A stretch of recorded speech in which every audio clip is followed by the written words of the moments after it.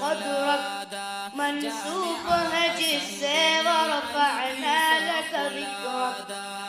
اللہ کا فرمان علم نشرح لك صدرك منسوب ہے جس سے ورفعنا لك ذکرک جس ذات کا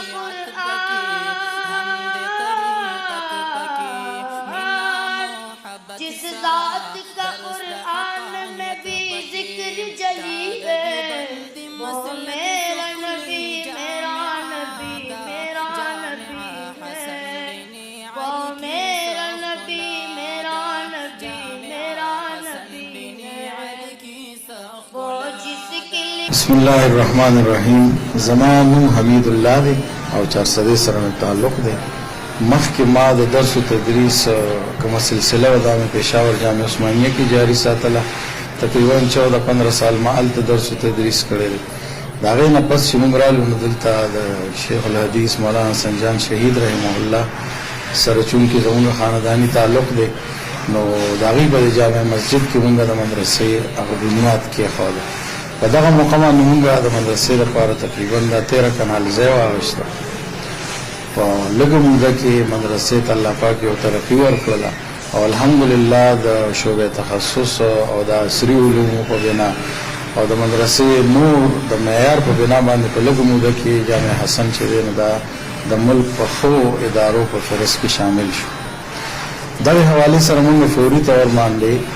د طلبو لپاره تقریبا په 85 کمرو مشتمل یو هاسټل جوړ کړ چې پای کې نن سبا زموږ د درس و تدریس ټوله سلسله روانه د دې نه چې موږ فارغ شو نو اوس په 3 کنال باندې مشتمل دا تاسو وینئ د ویډیو کې نو دغه مسجد باندې موږ تعمیر شروع کړ او دې مسجد باندې ټوټل خرچه د انجینیر د وینا مطابق تقریبا 10 کروڑ خرچه راځي او د دې اوس راف موږ دغه واچو او مخې ته به انشاءالله د علاقې د مسلمانانو او د همدردو خلکو نه به موږ دغه اپیل کوو چې رفته رفته څنګه زموږ په مدرسه کې دا هاسټل جوړ شو انشاءالله دغسې به دا جامع مسجد هم په لږه موده کې جوړ شي او دا جامع مسجد یقیني خبره دا ده چې یو عام جامع مسجد نه دی بلکې دا هغه جامع مسجد دی چې د یو ادارې ماتحت دی چې دا به 24 घंटे په اعمالو باندې آباد وي خاص کر شعبه حفظ به پکې 24 घंटे چلیږي دارنګه نور به په دې کې مختلف درسونه تکرار مطالعه دا به چلیږي نو انشاءالله دا ستاسو په وساطت باندې زه د ټول علاقې ته که هغه په اندرون ملک دي که بیرون ملک دي دا یو درخواست کوم چې هغه خپل حلال کمایې کې د مسجد کې حصه واچي او د مسجد په تعمیر کې بھرپور حصه والي او انشاءالله دا به د دنیا او د آخرت ګټه وي او دا مسجد داسې مسجد دی چې 24 घंटे به په اعمالو باندې آباد مسجد وي نو زه ستاسو هم ډېره شکریه ادا کوم چې تاسو زموږ د آواز مختلفو خلکو ته ورسوئ او د هغه خلکو د مسلمانانو هم دا امید لرم چې انشاءالله په مسجد کې به موږ سره بھرپور مرسته وکړي او باقي زموږ د مسجد چې کوم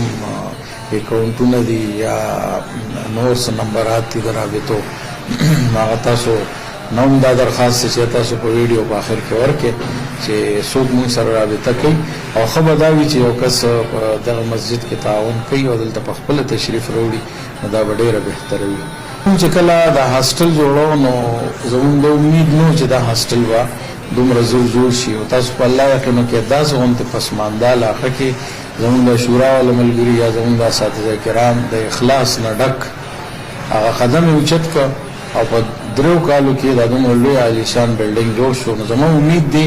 چې دې مسجد باندې دا کار شروع شو او په الله هم توکل کړی دی اوس هم چې دا مونږ کوم توکل کړی دی نو د یو د بل نه مونږ سوداګانې ټولې قرض راغیستې دي مونږ وایي الله پاک به د دې یو لار روباسي او انشاءالله دا په احسنه طریقې سره زر تر زر وجود ته راځي او زموږ خواهش دا دی چې دا زر تر زر وجود ته راشي او موږ نه د خلکو د طلبو هم دا یو مطالبه ده چې دومره لویه اداره ده په هغې کې 400-500 تعداد دی او د طلبو د جمع د مونځ دلته کې انتظامات نشته دی چې په شرعي جماعت کې دوی د جمع مونځ وکړي بلکې لاندې بیسمنټ کې یو عام حال دی چې غیر مسجد دی په هغې کې مونږ د جمع مونځونه کوو نو نیکان طلبه متقیان طلبه مونږ ته اکثر دا وایي چیرې تاسو برای کرم د مسجد یو حصہ آباده کې چې زمونږ د منځونو مونږ ته ثوابونه ملاویږي او د دونه غټه اداره ده چې د منځونو په مسجد کې کیږي نو ان شاء الله زمونږ خدا غیر عادي دي او دا غیر عادو ته ان شاء الله الله پاک وجود ورکړي دا امید دی الله د فضل د حکومت طرف نه عمومي تقریبا عام مدارس او خاص کر زمونږ د مدرسې دا 13 سالو شو یو قسم تعاون کاغذ پیسو په شکل کې یا اجناس په شکل کې دا موږ سره نه کیږي او نه زمونږ دغه حکومت تعاون قبلو بلکې دا د مسلمانانو د علاقې د خلکو په چندو سره او د هغوی په اخلاص سره مدرسه هم